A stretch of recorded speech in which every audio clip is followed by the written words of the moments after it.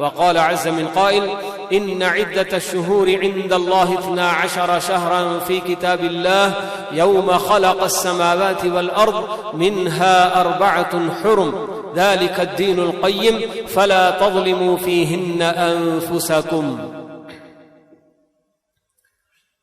بزرگان محترم، عزیز نوجوان دوستو، بھائیوں اور قابل احترام اسلامی ماؤں اور بہنوں، ہم لوگ ذی القعدہ کے مہینے میں داخل ہو چکے ہیں۔ یہ ان حرمت والے مقدس مہینوں میں شمار کیا جاتا ہے جن کا تقدس، جن کی حرمت اس زمانے کے بنانے والے رب کائنات نے خود مقرر کیا۔ کسی بھی چیز کو عظیم بنانا، مقدس بنانا، یہ صرف اور صرف اللہ رب العالمین کا اپنا حق ہے۔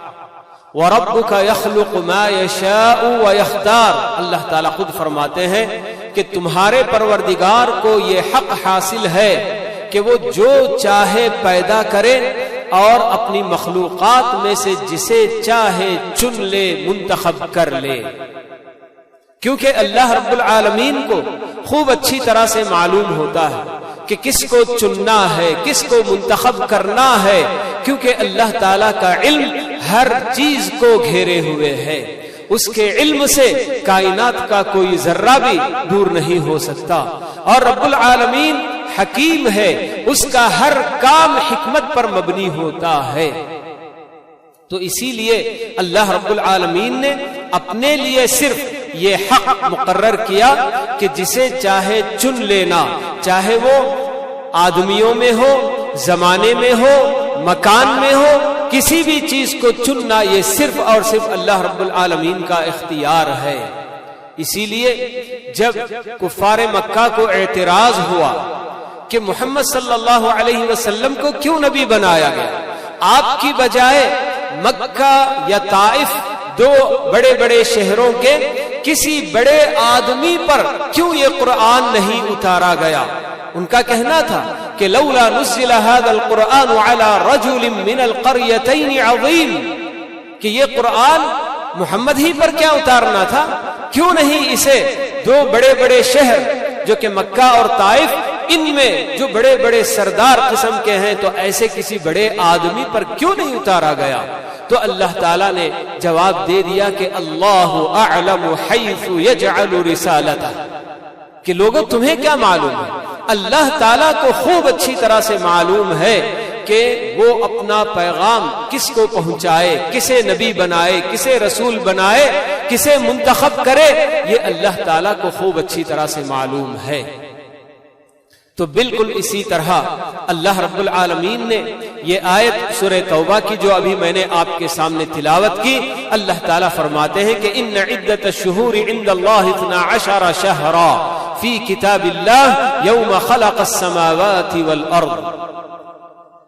کہ زمانے کی تعداد یا مہینوں کی تعداد اللہ رب العالمین کے پاس جب سے کہ زمین و آسمان کی تخلیق ہوئی ہے، جب سے اللہ تعالیٰ نے زمین و آسمان کو وجود بخشا ہے، اسی وقت سے 12 مہینے ہیں۔ اور آگے اللہ تعالیٰ نے فرمایا کہ ان میں سے 4 مہینے بڑے حرمت والے مہینے ہیں، منہا 4 حرم ذالک الدین القیم فلا تظلموا فیہن انفسکم۔ تو یہ حرمت والے مہینے جن کو اللہ رب العالمین محترم بنایا ہے، تو ان کا مقصد یہی کہ اللہ تعالیٰ جیسے کہ آگے بتا رہے ہیں فَلَا تَظْلِمُوا فِيهِنَّ أَنفُسَكُمْ، یہ صرف حرمت والوں مہینوں کی بات نہیں، بلکہ ظلم و ستم کرنا، اپنے آپ پر ظلم کر لینا، یہ کسی بھی وقت جائز نہیں ہے، چاہے حرمت والے مہینے ہو یا عام دن اور رات، کسی بھی وقت آدمی کے لیے اس کی اجازت نہیں ہے کہ وہ اپنے آپ پر ظلم کرے اور اپنے آپ کو جہنم کا جناب حقدار بنائے، یہ کسی بھی وقت جائز نہیں۔ لیکن حرمت والے مہینوں میں اس کی اہمیت اور بڑھ جاتی ہے اور آدمی کو اس کا بہت زیادہ اہتمام کرنے کی ضرورت ہے۔ تو اللہ تعالیٰ نے 12 مہینوں میں سے 4 مہینوں کو حرمت والے مہینے اللہ نے مقرر کیا، اور پیارے نبی صلی اللہ علیہ وسلم نے ان کی وضاحت اپنی امت کے سامنے کی اور فرمایا کہ ان 4 مہینوں میں سے 3 مہینے لگاتار ہیں اور 1 مہینہ الگ ہوتا ہے، اور وہ لگاتار 3 مہینے کون سے ہیں؟ یہی ذی القعدہ،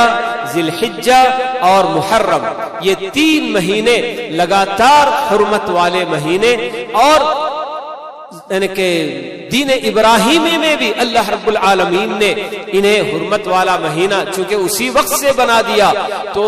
کفار قریش کے نزدیک بھی یہ 3 مہینے بڑے محترم ہوا کرتے تھے، اس میں وہ لوگ اپنی جنگیں بند کر دیا کرتے، لوٹ کسوٹ کا جو بھی جنا بازار ہوتا سب جنا ٹھنڈا پڑ جاتا، کسی طرح کی غلطی کرنے سے اپنے آپ کو بچانے کی پوری کوشش کیا کرتے تھے۔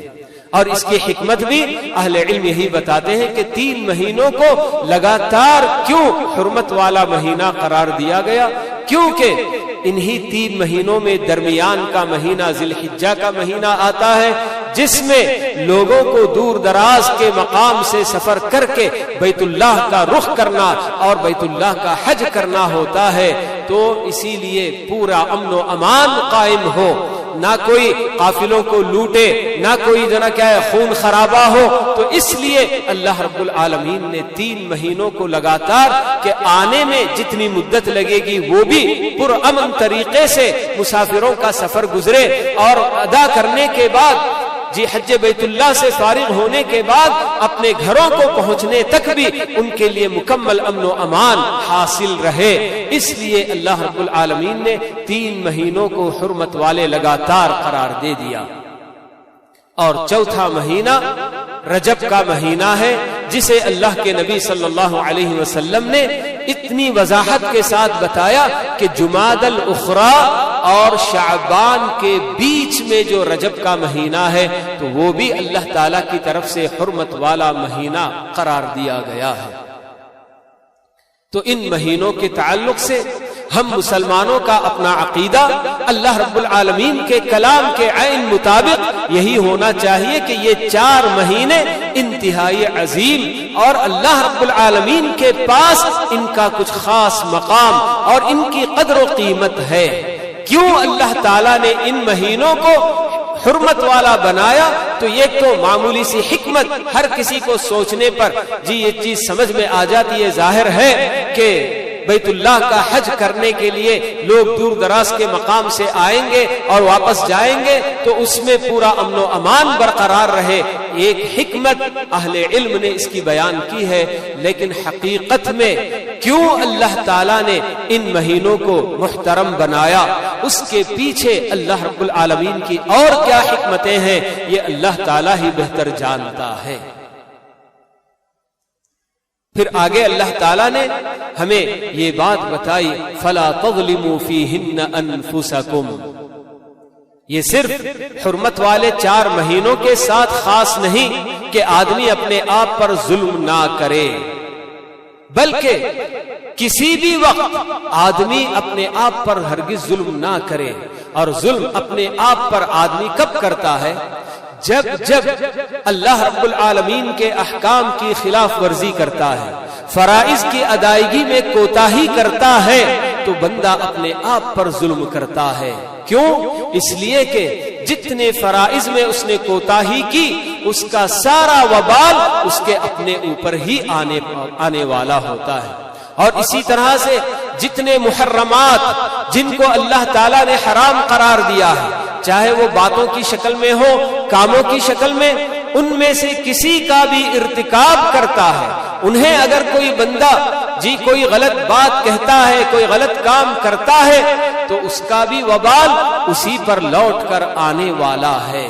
تو اللہ تعالیٰ کے حقوق میں ہو یا بندوں کے حقوق میں اگر بندہ جب کوتاہی کرتا ہے تو اس وقت یقیناً ان سب کا وبال اسی کی طرف لوٹ کر آتا ہے۔ تو اس لیے اللہ رب العالمین نے ہمیں یہ بات بتائی فَلَا تَظْلِمُوا فِيهِنَّ أَنفُسَكُمْ، کہ لوگوں پورے زمانے میں بھی اور بالخصوص حرمت والے مہینوں میں ان کی حرمت کا ضرور پاس و لحاظ کرنا چاہیے، ان کی حرمت کو پامال نہیں کرنا چاہیے۔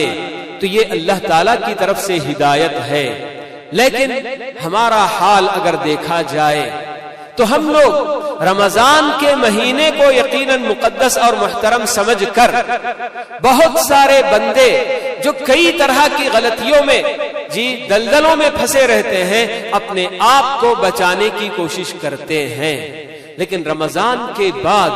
ان کے اپنے دل و دماغ میں کسی اور وقت کی کوئی اہمیت نہیں ہوتی، حتیٰ کہ انہی میں ذی الحجہ کے شروع کے وہ 10 دن بھی ہیں جن کے بارے میں یہ کہا گیا کہ یہ دنیا کے دنوں میں سب سے بہترین اور سب سے مقدس دن ہیں۔ پورے سال بھر کے دنوں کے اعتبار سے سب سے افضل اور سب سے محترم دن اگر کوئی ہے تو وہ ذی الحجہ کے مہینے کے شروع کے 10 دن ہیں۔ نہ ان میں کوئی بندہ اپنے آپ کو بچا پاتا ہے برائیوں سے یا جو نہ کہ فرائض میں کوتاہیاں کرنے سے، اور نہ ہی ان پورے 4 مہینوں میں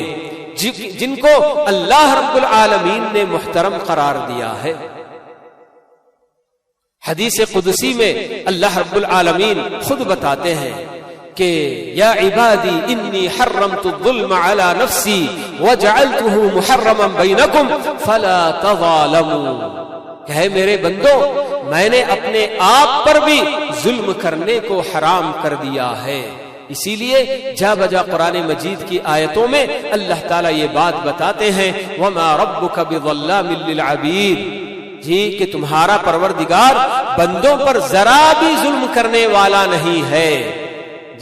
اور اسی طرح سے واتقوا یوما ترجعون فیہ الی اللہ ثم توفی کل نفس ما کسبت وہم لا یظلمون، اللہ تعالیٰ نے بتایا کہ ہاں ہر ایک کو اس دنیا میں اس نے جو کچھ بھی کیا اسی کا بدلہ وہاں دیا جائے گا، کسی پر کسی طرح کا کوئی ظلم نہیں کیا جائے گا۔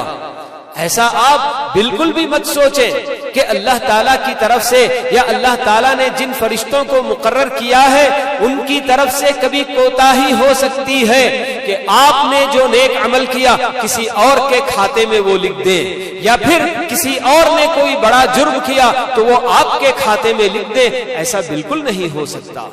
ظلم نام کی کوئی چیز اللہ رب العالمین کی عدالت میں بالکل نہیں پائی جاتی۔ اللہ تعالیٰ بالکل عدل و انصاف کرنے والے ہیں۔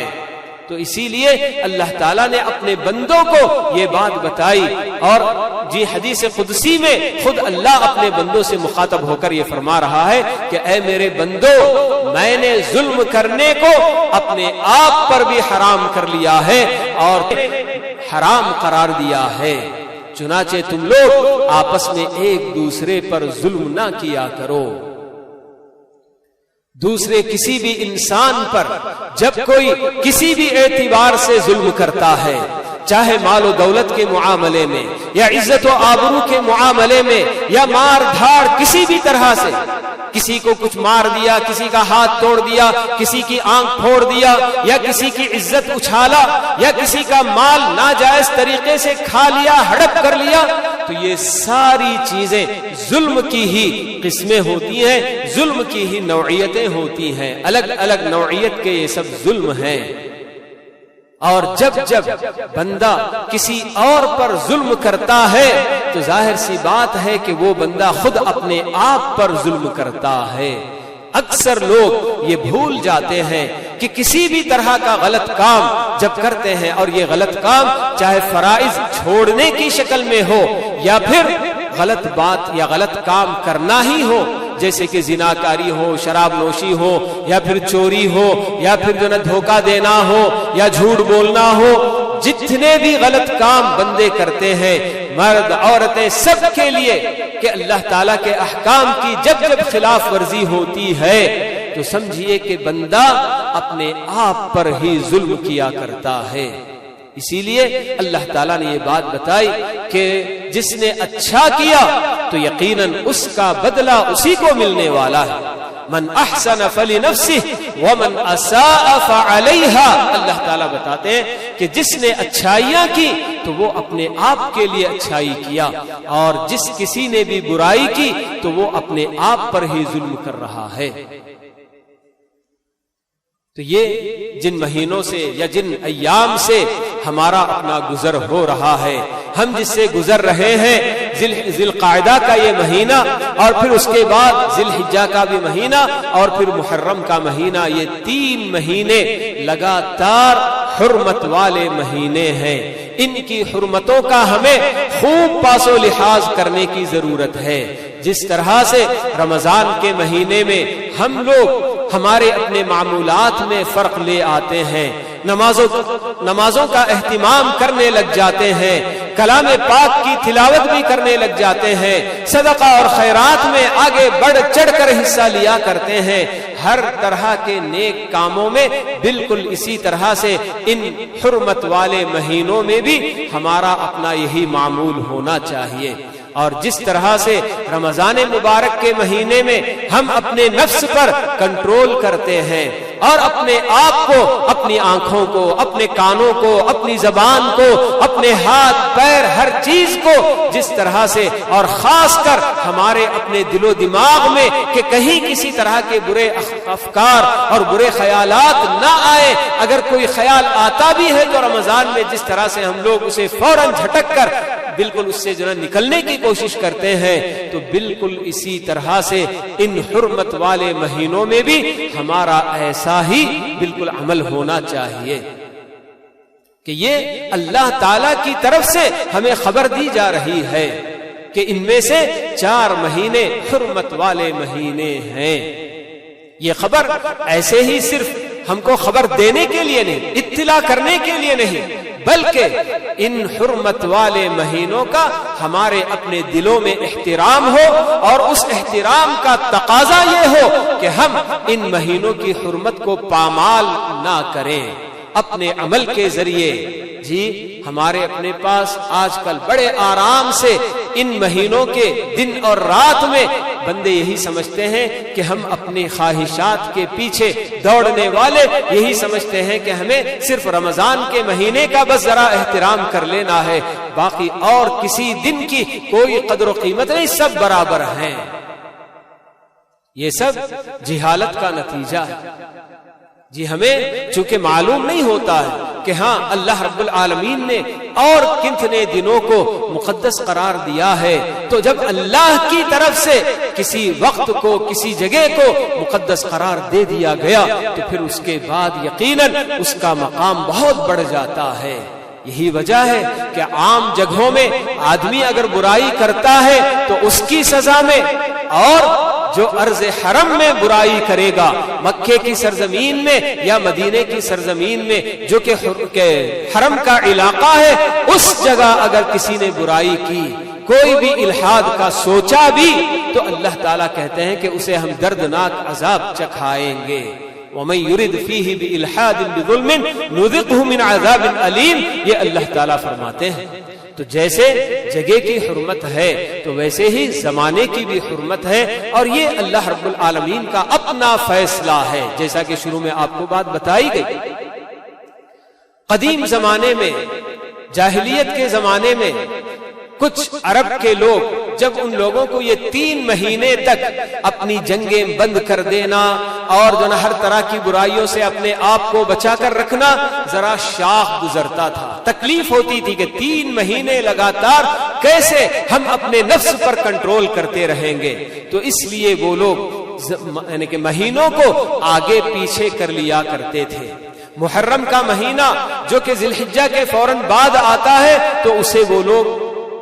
تاخیر کرتے، اگلا یعنی کہ پوسٹ پون کرتے، اور اس سے پہلے جو سفر کا مہینہ ہوتا ہے اسے آگے کر لیتے، اور اس کے نتیجے میں 2 مہینے تک ذی القعدہ ذی الحجہ میں جنگیں روک لیتے، ہر طرح کے اپنے آپ کی جو کہ اپنے پر کنٹرول کرتے. لیکن اس کے بعد سفر کا مہینہ اسے نام دے کر بالکل اس میں ہر طرح کے کام کر لیا کرتے تھے. تو اس وجہ سے اللہ تعالیٰ نے ان کو تنبیہ بھی کی. جب قرآن مجید کی آیتیں اتر رہی تھی کہ تم لوگ جس طرح سے مہینوں میں آگے پیچھے کرتے رہتے ہو تو یہ سب ایک زیادتی کی بات ہے، کفر کی بات ہے۔ اللہ تعالیٰ نے جو ترتیب مقرر کی اس ترتیب میں کوئی تبدیلی کسی کے لیے جائز نہیں ہے۔ اسی وجہ سے پیارے نبی صلی اللہ علیہ وسلم جب حجۃ الوداع میں یہ بات بتانا چاہ رہے تھے تو تب آپ نے یہ بات بتائی کہ ان الزمان استدار کہیئتہ یوم خلق اللہ السماوات والارض، کہ لوگوں اللہ تعالیٰ نے جس وقت زمانے کو وجود بخشا اور مہینوں کی جو ترتیب اللہ تعالیٰ نے رکھی تھی، اب کفار اور جاہلیت میں لوگوں نے اسے آگے پیچھے کرتے کرتے بہت سارے مہینے آگے پیچھے جو ہو گئے، لیکن آپ نے حجۃ الوداع کے سال یہ اعلان کیا کہ اب جس وقت آپ وہ بات بتا رہے تھے کہ اب یہ زمانہ بالکل اپنی اسی ترتیب پر، اسی ہیئت پر واپس لوٹ چکا ہے جس پر اللہ تعالیٰ نے اسے بنایا تھا، یعنی کہ ذی القعدہ، ذی الحجہ، محرم وغیرہ اب یہ برابر بالکل ایک ترتیب سے پورے 12 مہینوں کی جو ترتیب ہے وہ ترتیب اب واپس لوٹ کر آ گئی۔ یہ اللہ کے نبی صلی اللہ علیہ وسلم نے بتایا۔ تو بہرحال کہنے کا مقصد یہی کہ اللہ رب العالمین کی طرف سے ہمارے لیے یہ حرمت والے مہینے اللہ تعالیٰ نے مقرر کیے ہیں، بنائے ہیں، تو ان مہینوں کی حرمت کا ہمیں پورا پاس و لحاظ کرنے کی ضرورت ہے۔ نیک کاموں میں آگے بڑھ چڑھ کر حصہ لینے کی بھی ضرورت ہے اور اپنے آپ کو ہر طرح کی برائیوں سے بچا کر ان مہینوں کی حرمت کو کہیں پامال نہ ہو اس کا جنک لحاظ کرتے ہوئے ان ایام کی یا ان ایام میں اپنے آپ کی ہر طرح کی حفاظت کرنے کی بھی ضرورت ہے۔ جی، مردوں کے لیے، خواتین کے لیے، بڑوں کے لیے، جوانوں کے لیے، بچوں کے لیے، یہ ساری چیزیں جب بڑے لوگ اپنے اپنے طور پر اپنے گھروں میں جی کر کے دکھائیں گے تو ان کے سائے میں پلنے والے، تربیت پانے والے چھوٹے چھوٹے بچے ان سب باتوں کو اپنے ذہن میں بٹھاتے ہوئے پروان چڑھیں گے کہ ہاں زمانے میں 3 مہینے ایسے بھی ہیں کہ جن کی بڑی قدر و قیمت ہے کہ اللہ رب العالمین نے انہیں بڑا محترم بنایا ہے، تو ہم نے ہمارے اپنے بڑوں کو، ہمارے اپنے بزرگوں کو کس طرح سے ان مہینوں کی تعظیم اور ان کا احترام کرتے ہوئے ہم نے دیکھا ہے، تو ہمیں بھی اسی طرح سے یہ سارے کام کرنے کی ضرورت ہے۔ لیکن آج بہت سارے گھرانوں میں بڑوں کا حال یہ ہوتا ہے کہ نہ وہ عام دن حرمت والے مہینے سے ہی یا دیگر اور بھی کسی میں اپنے ماتحت تربیت پانے والے بچے، پروان چڑھنے والے بچوں کے لیے بہترین نمونہ نہیں چھوڑ پاتے ہیں۔ الا ماشاء اللہ کچھ گھرانے ضرور ایسے ہوں گے اور ہیں واقعی کہ جنہیں باقاعدہ اسلام سے محبت، اللہ سے محبت، رسول سے محبت، قرآن سے محبت، ان ساری باتوں سے محبت ہوتی ہے، تو خود ان کا اپنا دل جس طرح سے ان سب دین سے محبت سے معمور ہوتا ہے تو وہ یہ چاہتے ہیں کہ اپنے بچوں کے دلوں کو بھی اسی طرح سے دین کی محبت سے معمور کر دیں۔ تو واقعی ایسے لوگوں کے گھرانوں میں پروان چڑھنے والے بچے ہر طرح سے دین کا پاس و لحاظ کرتے ہوئے، دعائیں سیکھتے ہوئے، قرآن مجید کی آیتیں، سورتیں یاد کرتے ہوئے، نمازوں کا اہتمام کرتے ہوئے اور اچھے اچھے اخلاق، ساری چیزوں کا اہتمام کرتے ہوئے پروان چڑھتے ہیں۔ لیکن کتنے ایسے گھرانے کہ جہاں بچوں پر کسی طرح کا کوئی کنٹرول نہیں، نہ لڑکے نہ لڑکیاں، ہر ایک کو اپنی اپنی آزادی اور اپنی مرضی سے زندگی جینے کا، گزارنے کا گویا کہ کیا ادھیکار دے دیا گیا اور ان کو اختیار دے دیا گیا، تو وہ لوگ کس کس طرح سے اپنے آپ کو برباد کرتے چلے جاتے ہیں۔ اللہ رب العالمین سے دعا ہے کہ اللہ تعالی ہم میں سے ہر مسلمان کو صحیح معنوں میں اسلام کیا ہے اسے جان کر اس کے مطابق اپنی زندگیاں سنوارنے کی اللہ تعالی توفیق نصیب فرمائے۔ ورنہ اگر صحیح معنوں میں ہم مسلمان ہوتے، مومن ہوتے، تو آج ہمارے اپنے جو حالات ہیں جی ہم لوگ الحمدللہ پھر بھی اللہ تعالیٰ کا شکر ہے کہ ہمارے اپنے علاقے میں بہت کچھ امن و امان پایا جاتا ہے، لیکن ہمارے ہی ملک کے کچھ ایسے حصے جہاں مسلمانوں پر بے تحاشا ظلم و ستم ہوا کرتا ہے۔ مگر یہ سب کیوں؟ کیونکہ انہوں نے صحیح اسلام کو پیچھے چھوڑ دیا اور اپنے بزرگوں سے جو کچھ بھی رواج یہ وہ پایا تو اسی کو اسلام سمجھ کر اس پر عمل کرتے چلے جا رہے ہیں۔ کل مجھے ویلور جانے کا اتفاق ہوا تھا، ایک پروگرام تھا وہاں، تو وہاں مغرب کے وقت میں پہنچا اور گلی سے گزر رہا ہوں تو ہر گھر سے خوشبو آ رہی ہے۔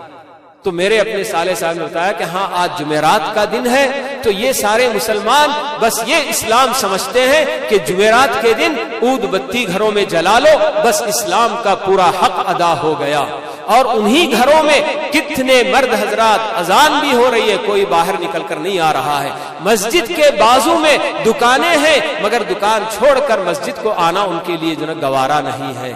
تو ایسے سب حالات اگر مسلمانوں کے ہوں گے اور پھر بھی ہمیں یہ شکایت ہو کہ اللہ تعالیٰ ہماری کیوں مدد نہیں کرتا، ہم تو مسلمان ہیں، تو کون سے مسلمان ہیں میرے بھائی یہ جسے 5 وقت کی نماز کا کوئی خیال نہیں کہ اللہ تعالیٰ نے مجھ پر 5 وقتہ نمازیں فرض کی ہیں کہ اس کے بارے میں کل اللہ تعالیٰ پوچھے گا تو میں کیا جواب دوں گا؟